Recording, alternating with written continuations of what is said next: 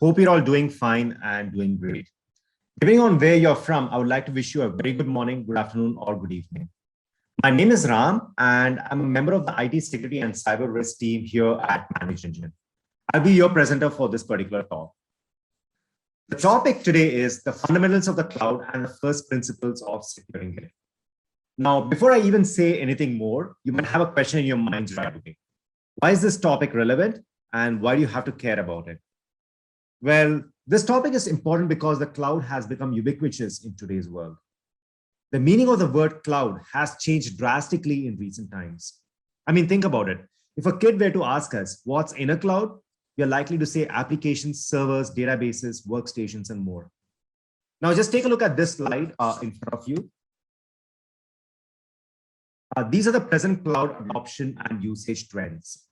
81% of all companies report that they have a multi-cloud strategy, either in the works or something that's already implemented. 67% of all companies' infrastructure will be on the cloud by the end of this year. And the average employee uses more than 30 cloud-based services every single day. The extent to which the cloud is used is only going to grow and grow. And there will soon be a time when everything is going to be on the cloud. That day is not too far away. In fact, just take a look at what some of the CIOs and CTOs are saying around the world. When it comes to manufacturing, so here's the first quote here from Gyan Pandit, the group CIO of Aurobindo Pharma, says, "We are not used to working remotely, but the pandemic has made digital the core of transformation. Cloud not only saves cost, it brings agility, scalability, security, and compliance." Then take a look at this quote from HDFC Securities, which is a banking organization. The CTO, Samir Saurabh, says, "We have moved customer services to the cloud. Digital account openings have increased. We have seen significant growth on the transaction side. And by March 2022, we will have 95% of transactions moving to the cloud." Believe it or not, even banking institutions are moving to the cloud. And I kind of remember, about 3 years ago, I had a discussion with an analyst from the firm Gartner. And we were having this very discussion, whether banking institutions will also move to the cloud. They actually hold very, very sensitive information. If there was one type of industry, if there was one industry that would be apprehensive about moving to the cloud, it would be the banking industry. But believe it or not, I think within the next 2 or 3 years, pretty much all the transactions of banking organizations will happen on the cloud. And then take a look at this third quote. This is very, very telling. This is from Mark Binoff, CEO of Salesforce. If someone asks me what cloud computing is, I try not to get too bogged down with definitions. I tell them that cloud computing is a better way to run your business. So seeing all of these stats and quotes, it becomes very clear that we need to understand how the cloud works and also how to secure it in a better way. And that is what this webinar is going to be all about. Having said all of that, so having laid out this particular background, here are today's objectives. So here is the agenda for the day. We'll first go over the different types of cloud deployments and cloud service models. Then we'll talk about the security challenges of cloud computing. Once that's done, we'll spend some time on what you can do to protect yourself from cloud-based attacks and threats. You'll see that there are numerous attacks and threats that are lurking around the corner when it comes to cloud-based infrastructure. We'll see what they are. We'll then go over what a cloud access security broker is. So this is something called a CASB. And this has actually captured a lot of people's attention in the last 3-4 years. So we'll find out what a CASB really is and how a CASB is going to be very beneficial for organizations. Finally, we'll go over ManageEngine Log360 and how this particular solution can help security analysts keep cloud threats away. So that's going to be the broad agenda for the day. Now, from my side, my part of the deal in this particular webinar, I'll try my best to make this session as interesting and practical as possible. I'll try to give you some relevant information that you can use back at your workplace. From your side, your part of the deal, please try and implement at least a few of the things you learned today at your organizations. In that way, you're going to improve the security posture of your company and create some tangible business impact for your organization. Great. So first things first, let's start with a few fundamentals of the cloud and then go over the different cloud deployment models. So just take a look at this slide right here. A few years back, we were all using something called the client-server model. So that's this right here. This is the client-server model. All of an organization's data was stored within the premises of the organization. In case an employee had to access a particular resource, they would know exactly what server they needed to communicate with. And they would communicate with that particular server through their client. So that's what used to happen. And that particular server, which would provide these services, that one server would provide all the required services for the employee that they wish to seek from that particular server. So that was the client-server model.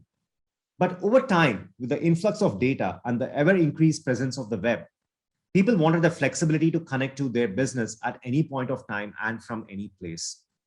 And in the last 12 months, this need has only become more and more because so many people have now gotten accustomed to working from home, working from remote locations. So all the more reason to connect to their business from remote locations and to work from any place. Essentially, people now want to set up a virtual office and work from anywhere. This is why people initially moved to the cloud. The cloud uses a services-oriented architecture. So that is this architecture that you see right here, a services-oriented architecture as opposed to a client-server architecture. With a services-oriented architecture, instead of thinking about the server, we start thinking more about the services that the server provides.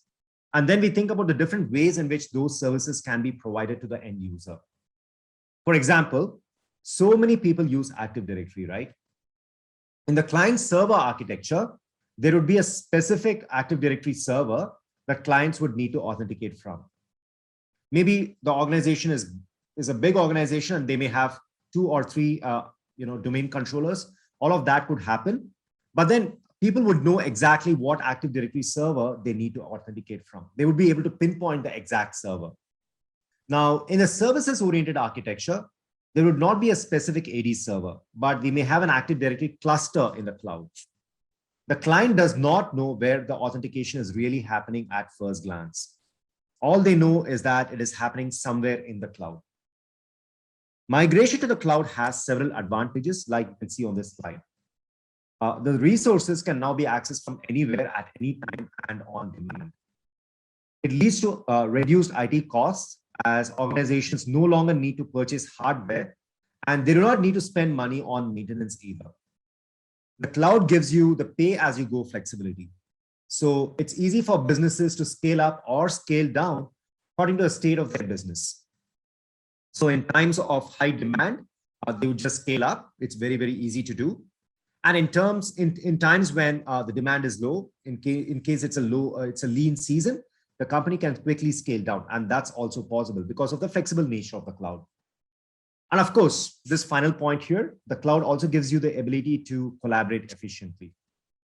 So yes, these are the advantages of using the cloud. And these are very, very tangible advantages as well. But are there any risks to using the cloud? Yes, it turns out that there are a few risks also of the cloud, and here they are on the slide. So here are some of the risks associated with using cloud. First up, you have to consider the challenge of vendor lock-in. It's not easy for organizations to move from one cloud vendor to another because there is no particular global standard for storing and accessing data. Different vendors provide different platforms and services, and they do it in their own unique way. Applications developed using one cloud service will not be easily portable to another. So if a business were to choose a particular cloud vendor, it would be difficult for them to migrate to another vendor down the line. So they lock into a vendor, right? So they start using those services, and down the line, they decide to move to a different vendor. Well, they have to migrate all of that data, and that's not going to be an easy thing to do. So vendor lock-in is a clear and present risk of the cloud. The next risk is the data leakage problem. So who is actually accountable in case of a data leakage? Would it be the cloud service provider or the organization which uses the cloud services? This is a question that is always going to be lingering in any organization's mind. We'll soon see that there is a shared responsibility between the cloud vendor and the client when it comes to security. At the end of the day, the client does trust the vendor with at least some parts of security, and there is a risk associated with that. At the end of the day, you're still relying on a third party. You're still relying on your cloud vendor, and how trustworthy are they? So accountability becomes a big question here, and that is a risk. The third risk is the risk of managing identities. If an organization makes use of the services of several cloud vendors, so let's say that they are using a multi-cloud strategy, how is it going to manage the user's identities across these multiple vendors? Inability to manage user identities properly can lead to bad user experiences and even ineffective security. The fact that many organizations use so many different cloud providers in the current day and age seems to suggest that CASB or cloud access security brokers are becoming more and more critical. We'll touch upon CASBs in the webinar a little later. Another risk that I would like to highlight with cloud computing is the one to do with log management and forensic analysis. Organizations that use the cloud have to first ascertain what level of log monitoring services the cloud provider is going to give them. What parts of the cloud monitoring activity falls on the provider and what falls on the organization itself. And are these logs going to be adequate in case something wrong happens? And a forensic or root cause analysis needs to be done.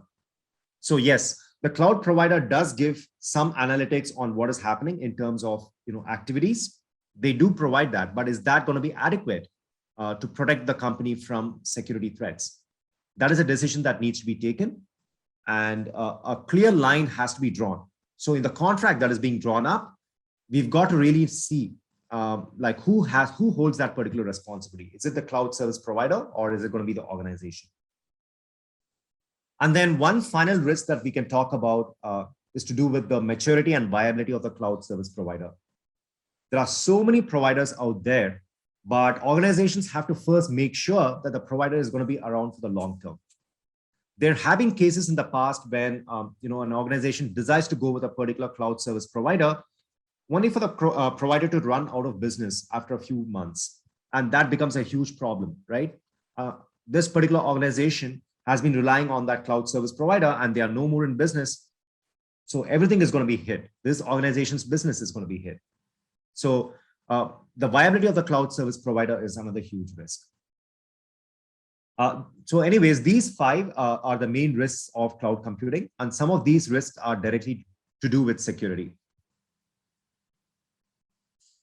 Now let's talk about the four different cloud deployment models. We have the public, private, hybrid, and community clouds. First up, let's talk about the public cloud. According to Microsoft, the public cloud is defined as computing services offered by third-party providers over the public internet, making them available to anyone who wants to use or purchase them. They may be free or sold on demand, allowing customers to pay only per usage for the CPU cycles, storage, or bandwidth they consume. So it goes without saying that this is cloud computing that's totally outside an organization's premises. The public cloud would be owned by the cloud service provider. Public clouds can save companies from the expensive cost of having to purchase, manage, and maintain on-premises hardware and application infrastructure, as the cloud service provider is responsible for these things. Public clouds can also be deployed faster than on-premises infrastructures and with an almost infinitely scalable platform. Every employee of a company can use the same application from any office or branch using their own device.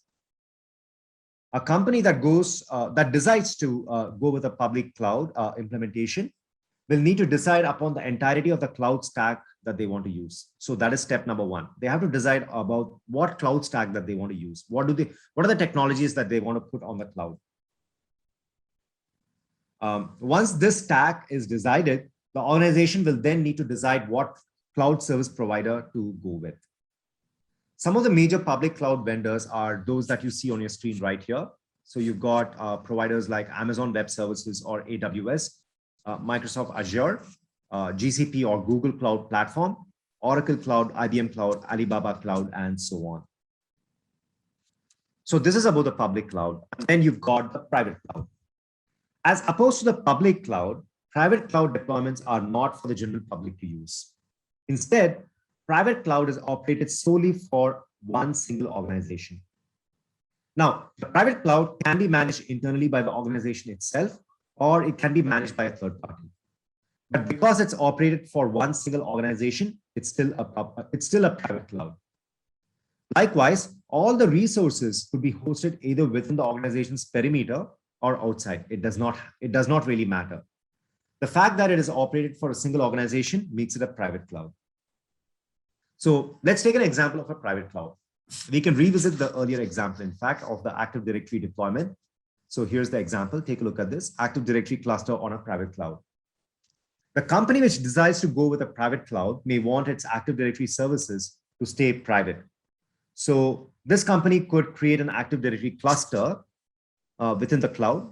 So that is what this is. This is an Active Directory cluster, and instances can move within this particular cluster. Here, the company will not have one AD server, but will have an AD cluster. And the end users, well, they're not pointing at a specific machine. For the end user, everything happens within this private cloud over here. So there is a level of abstraction for the end user here. Everything is just happening on the cloud, on the private cloud. Many times, a private cloud deployment could happen by using just virtualization software. Some of the major private cloud vendors are those that you see here. So you have vendors like Citrix, MS Hyper-V, AWS, and Dell EMC. Let's talk about the hybrid cloud now.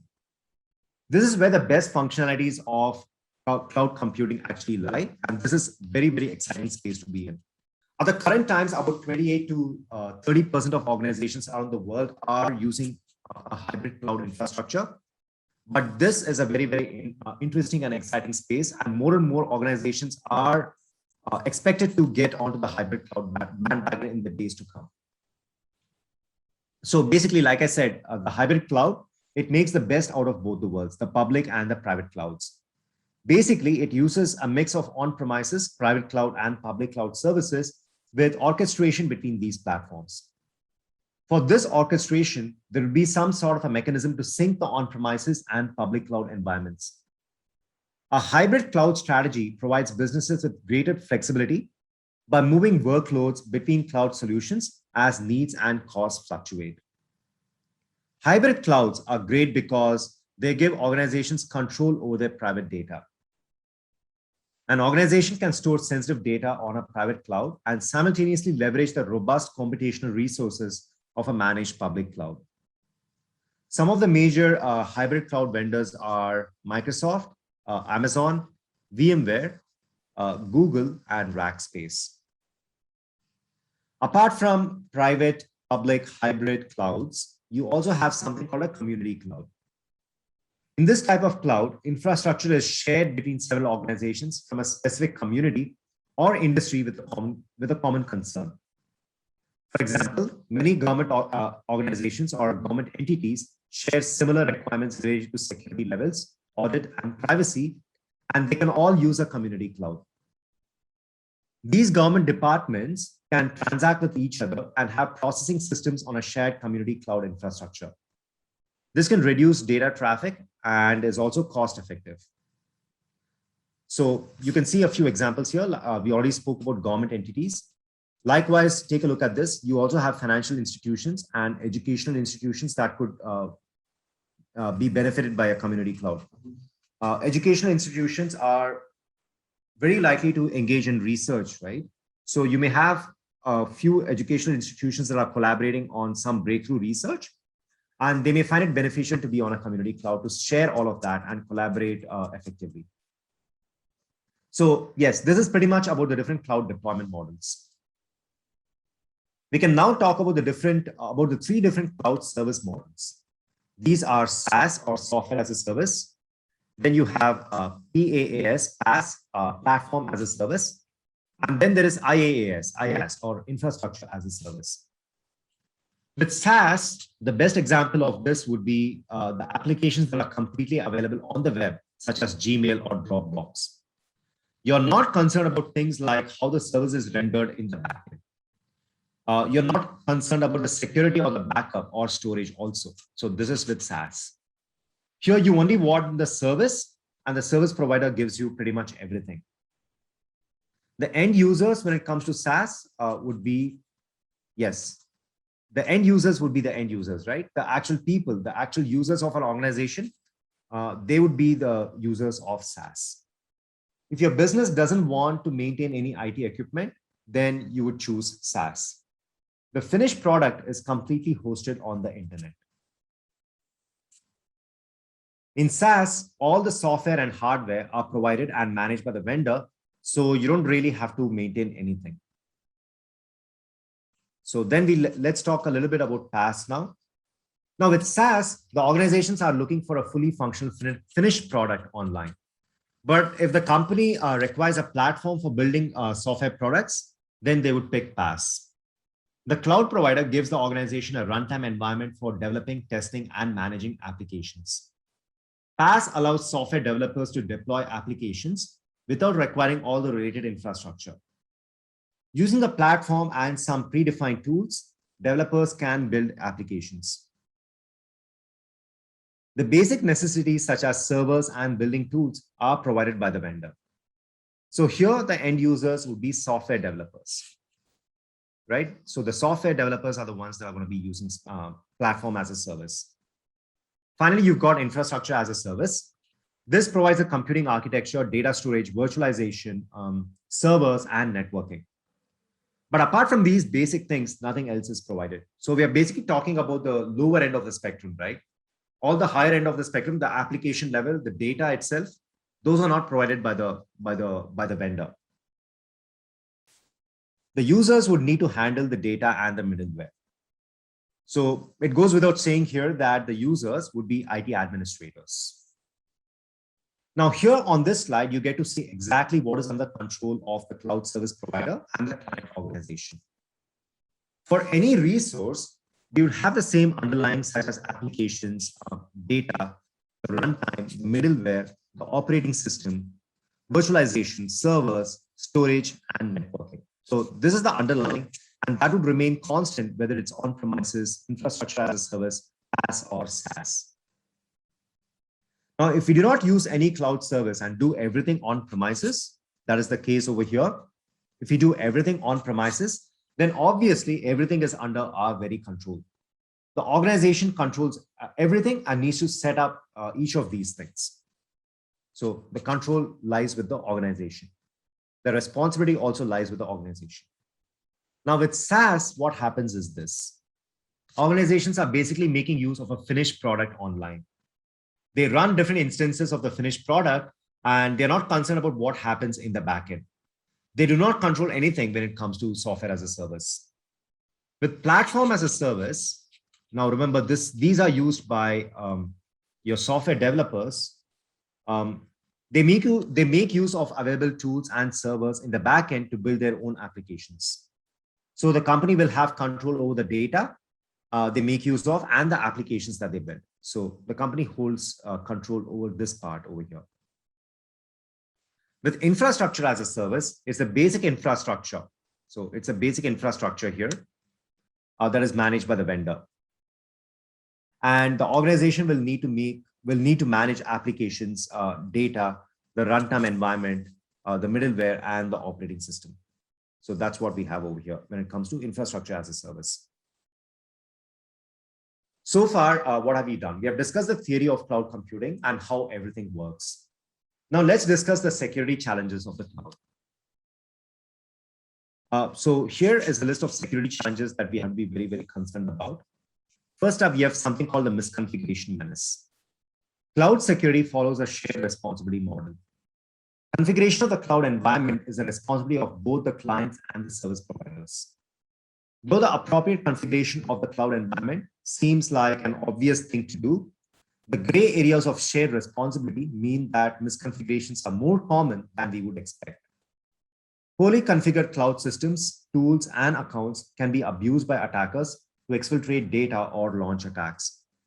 For example, there have been cases where the S3 instance have been exposed publicly. So it's not been set up properly. There have been a cloud misconfiguration, and all of the data contained in an S3 instance or an S3 bucket is completely publicly exposed. So that's an example of a cloud misconfiguration. Likewise, there could be cases where an EC2 instance has undue access to an S3 bucket. So maybe it's been configured to the extent that there is no public access to the S3 bucket, but an attacker can get to the S3 bucket through the EC2 instance because of overexposed privileges. So that again is a misconfiguration menace, right? This is a huge problem. And many a time it's just one misconfiguration that's the cause of a huge data breach. All it takes is that one misconfiguration and attackers can find their way in. So a very, very big threat that you need to be very, very concerned about. Then you have insecure APIs. APIs serve as a channel for data transfer between applications and greatly aids in streamlining cloud computing. Cloud vendors provide standard framework for APIs to function. This means that there are a lot of possibilities for an attacker to exploit the well-known frameworks to get hold of the sensitive data. Reused API keys, unaudited API activities, providing excessive permissions to APIs that can access user data via interfaces are high-risk security threats. Then you've got data breach, which is a trust breaker. Cloud data breaches have become commonplace. In addition to loss or compromise of critical data, a data breach can expose your organization to compliance risks and legal ramifications. Improper implementation of identity and access management, inadequate visibility into the cloud environment, and configuration errors are the primary reasons for data breach. Then you've got this other threat over here, unsecure web applications and unused ports. Attackers could enter cloud environments through vulnerable applications or unused ports as well. Flexibility in creating new instances and virtual machines allow hackers to move laterally and breach critical data or exploit resources. So cryptojacking is also a huge threat over here. The next threat or the next security challenge is not gathering real-time logs. Monitoring real-time activities within the cloud is essential to derive actionable insights and defend against potential attacks. An effective SIEM solution should provide security analytics, easy search mechanisms to do your forensic analysis, and customizable alert profiles. A SIEM solution should also be able to allow you to do anomaly detection. This is when you're not just writing rules to see whether a particular user does something that goes against those rules that you have created, but you've got to allow your system to learn on its own by using machine learning algorithms. So you've got to see for each and every user and each and every host on the network or each and every application on the network, since we are talking about the cloud, what is normal and what is not normal. In case there is something that is not normal, you've got to flag it as an anomaly. And there is no way that you can write a rule for this, right? You've got to let your machine learning algorithms create their own rules, create their own baselines of expected activity, and actively watch if those baselines are being deviated from. So is there a huge deviation of the behavior of a particular user?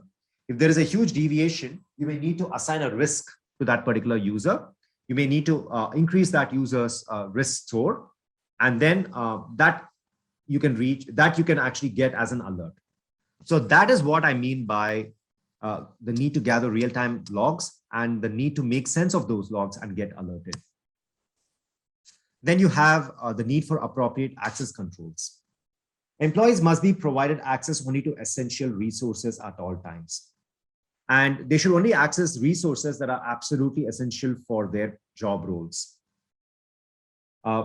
Access to sensitive data and security groups must be actively restricted. So, for example, we have things like, things like multi-factor authentication, just-in-time and just enough access. So you've got to have all of those things in place when it comes to providing appropriate access controls. The need for multi-factor authentication. With the increase in remote work, users access cloud resources from unconventional sources via personal devices or even over public Wi-Fi. So this is only going to increase the risk of account compromise. Despite setting up access control mechanisms, multi-factor authentication is essential to ensure that users trying to gain access to your environment are actually authorized to do so. Now, then take a look at this. Cloud malware is another huge security challenge in recent times. We not only have cloud malware, we also have cloud ransomware. And hear this, we also have something called cloud disruptionware. This is a very, very impending threat. Disruptionware is 100 times more threatening than what a ransomware is.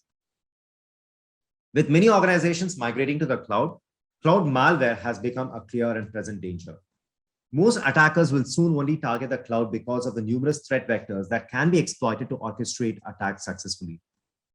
There are three main types of cloud malware. You can have malware injections into SaaS, PaaS, or IaaS. You can have hypercall attacks. And the third one, you can have something called hyperjacking. What happens in traditional malware would then happen on the cloud. An attacker could somehow get in and add a malicious code in a SaaS application or a PaaS platform, or they could do the same in a virtual machine in the IaaS infrastructure. When a user accesses a service on the cloud, the malicious code gets executed and the attack will start. So these are some of the cloud security challenges that you may face. Here are some cloud security recommendations for you. So there are a list of 9 things that I've identified here that you can do to prevent cloud threats. First, organizations considering a move to the cloud have to do a comprehensive risk assessment to identify all the threats, vulnerabilities, and gaps. The second thing to do, it's always beneficial to do a cloud security maturity assessment to make sure that all the bases are covered. This assessment will give a definite rating to the organization and will let the organization know whether they are ready to move to the cloud or not. Then you've got to do penetration testing. Penetration testing should be done so that the organization can plug vulnerabilities. After all, think about it. It's always better for an organization to hack itself first before someone malicious does it from the outside.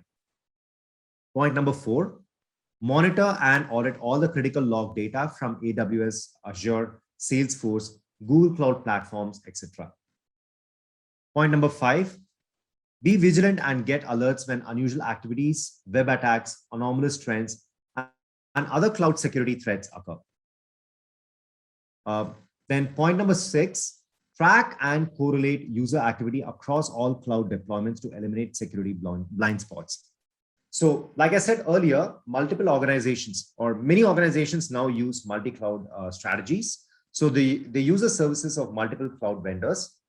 So you've got to be able to make sense of all the activity logs from all of these different cloud vendors in one single platform. And you've got to be able to correlate user activity across all the cloud deployments. This is going to be very, very critical. And this is a big, big recommendation. You've got to be able to look at activity across your cloud deployments. Then the next thing is role-based privilege access. Again, like I said earlier, just-in-time and just-enough access policies have to be followed. These privilege and zero trust models need to be followed as well. So that is about role-based privilege access. Multi-factor authentication, I can't stress this enough. And then finally, you've got to train your employees continuously. At least once every 6 months, you've got to let your employees know about all the impending threats of all the different ways in which they, a cyber attacker can take them for a ride and get that initial foothold into the network. Because at the end of the day, it's the employee who's the weakest link in any network. So you've got to train them. Great. Now let's talk about the Cloud Access Security Broker, or CASB.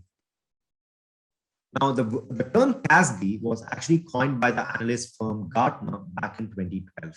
So that's almost 8-9 years back. But in the last 3 or 4 years, CASB has, taken a lot of companies, basically aroused the curiosity of a lot of companies now. Many companies are now talking about CASB. Now, when Gartner defined what CASB was, they defined it as an on-premises or cloud-based security policy enforcement point placed between cloud service consumers and cloud service providers. So basically, this was done to combine and interject enterprise security policies as the cloud-based resources are accessed. CASBs consolidate multiple types of cloud policy enforcement. Example security policies include authentication, things like single sign-on, authorization, credential mapping, device profiling, logging, alerting, and malware detection. You can also add things like encryption and tokenization to this list, by the way.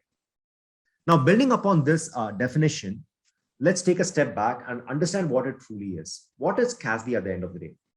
It's a policy control and cloud visibility mechanism that sits between the cloud service users and the cloud applications. And it monitors all the activities that users do on the cloud, and it also enforces security policies. The CASB could either be an on-premises deployment or it could be a SaaS application, either ways. A CASB can help a company monitor all the user activity on the cloud. It can ensure that companies meet with compliance standards, and it can be used to defend against threats, against data security breaches, and so on and so forth. Now, as CASB becomes more and more commonplace, it's also going to be critical for organizations to integrate CASB with a SIEM solution. A CASB can provide a SIEM with cloud-related usage and threats in two ways. The first way is by sending events to a SIEM via a syslog feed. And the second way that it can integrate with the SIEM is by exposing an event API for the SIEM to query. For example, you may configure the syslog feed to send all anomalous activities detected by the CASB to the SIEM. Within a SIEM, a security analyst may also want to pull additional usage data from the CASB for greater context surrounding a user's cloud activity for an investigation. A CASB does not require a SIEM to operate, but the two technologies are complementary and enhance the value of each other. A SIEM provides a streamlined way to collect log data and the ability to correlate cloud usage with other activity. A CASB unlocks valuable cloud usage and threat intelligence that has until now been hidden in SIEM data. CASBs effectively make existing SIEM investments cloud aware, enabling enterprises to get more value from their SIEM by discovering cloud usage and also coming to terms with threats. Now, in ManageEngine, one of our goals is to provide this much needed integration between our SIEM solution, which is Log360, and an effective CASB solution. So this is in the works, and we'll soon have an integrated CASB and SIEM solution, which is going to be Log360. Great. So this is all the background. Now let's talk about how ManageEngine can help you protect your cloud infrastructure. So for this part of the presentation, I'm actually going to jump into this console here. This is called Cloud Security Plus. This is the cloud monitoring module of Log360, and I've got this particular instance open for you, this demo instance open for you here. This is the dashboard of Cloud Security Plus. And at a glance, as a security analyst, you can see several things that are going wrong in case they are going wrong in the network, in the cloud infrastructure. Take a look at this. This is a list of failed activity by different users, and we're looking at the AWS dashboard right now. So here are the AWS users with the most failed events. So in case there is something that at a glance seems very, very off, you get to know about that. So here are AWS users that show the most number of failed events. Likewise, what are the events that failed the most? You get to see that. So here you get to see that it's the get group event that has failed the most. So we are looking at this particular timeline here in this lab environment. Likewise, you can have things like users that are the most active. So you may ask a question, why is this particular user so active? Is this something very, very strange that is happening? Likewise, what are the most modified services on AWS? So is this, again, something strange? Is this okay for the environment? So that is something that you've got to ascertain. So likewise, like this particular dashboard, you can also have a dashboard for your Google infrastructure. So let me quickly log back on. Just like AWS, you have a dashboard for your Google Cloud, for your Azure, and your Salesforce as well. So all of this data can be seen at a glance on the dashboard. But if you want to get more granular about things, you can always go into the reports tab, and you can run specific reports about user activity when it comes to your Google Cloud platform, for example. So we have just made a choice here. We're looking at the Google Cloud here, and we're looking at user activity. And this is going to give you all of the activities that have happened, recent user activity. Likewise, you can get information about recent failed events by user, permission denied events. The app engine. So what are the recent app engine changes? Again, very, very important information to have, right? So all of that can be seen over here. So unfortunately, I don't have any data to show you for this particular report. But yeah, these are the different categories of reports that you can run for your Google Cloud. Likewise, you can run several different reports for your Salesforce infrastructure as well, including things like login activity, your content activity, and your search activity. So all of these things can be seen, and this is going to protect you. You get to see if there are things that are strange that are happening in your cloud infrastructure.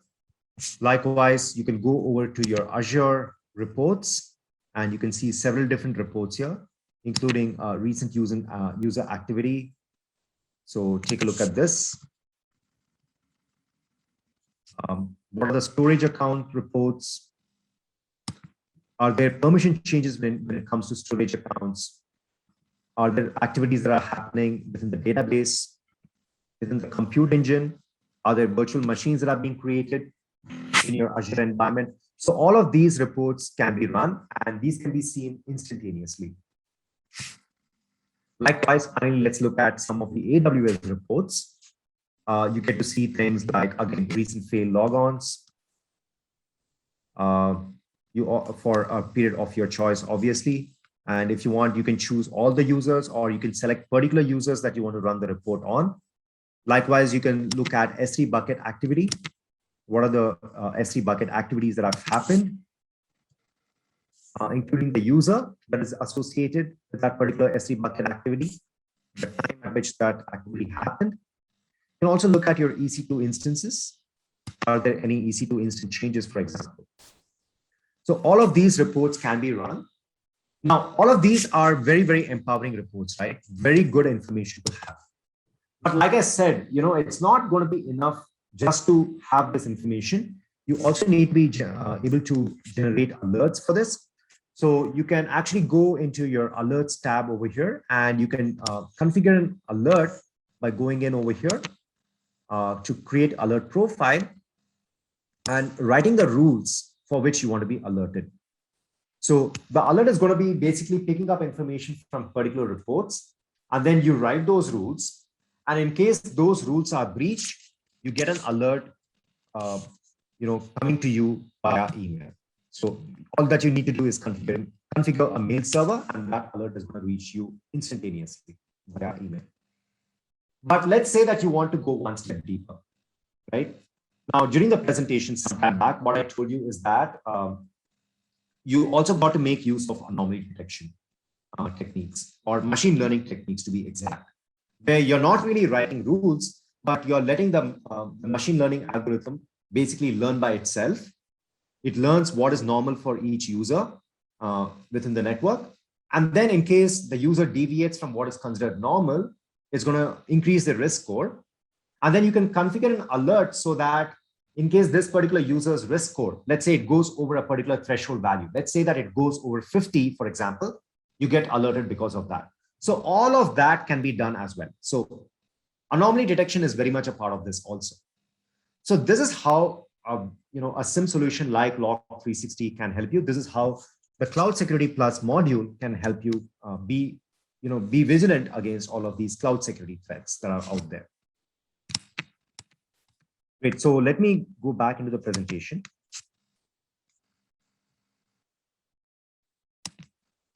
That pretty much brings me to the end of it. But before I let you go, I do have a couple of polls to run. Let me quickly launch those polls. So on your screen, you'll have two questions. Question number one, how do you know ManageEngine Log360?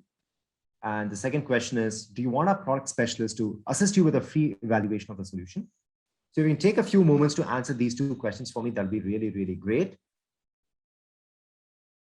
We'll just give it maybe another 15, 20 seconds, and then we'll move on from there.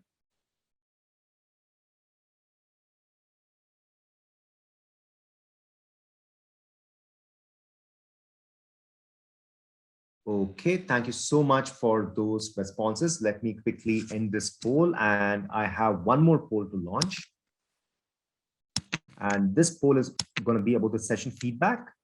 So if you can give me some feedback about how this session experience was for you today, that'll be really great. It will help me understand how this experience was for you, so that We can make the required course correction in the future. If it was great, please let us know that it was great. I'll be very motivated. I'll be very happy to hear that. If you feel that I could have done a better job, please let me know as well. And I'll just learn from that also. But I'm looking for some feedback from you. Thank you so very much.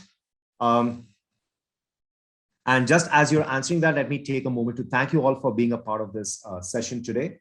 I see that many of you have asked questions using the chat option and also the Q&A option. So I'll still be online for the next 10 minutes answering all of those questions over chat. If you have any further questions once this webinar is over, that's also absolutely fine. My email address is right there on your screen. It's ram.p@manageengine.com. I'd love to hear from you. Alternatively, I'm also very much there on LinkedIn. So if you want to add me on LinkedIn, by all means, please add me on LinkedIn.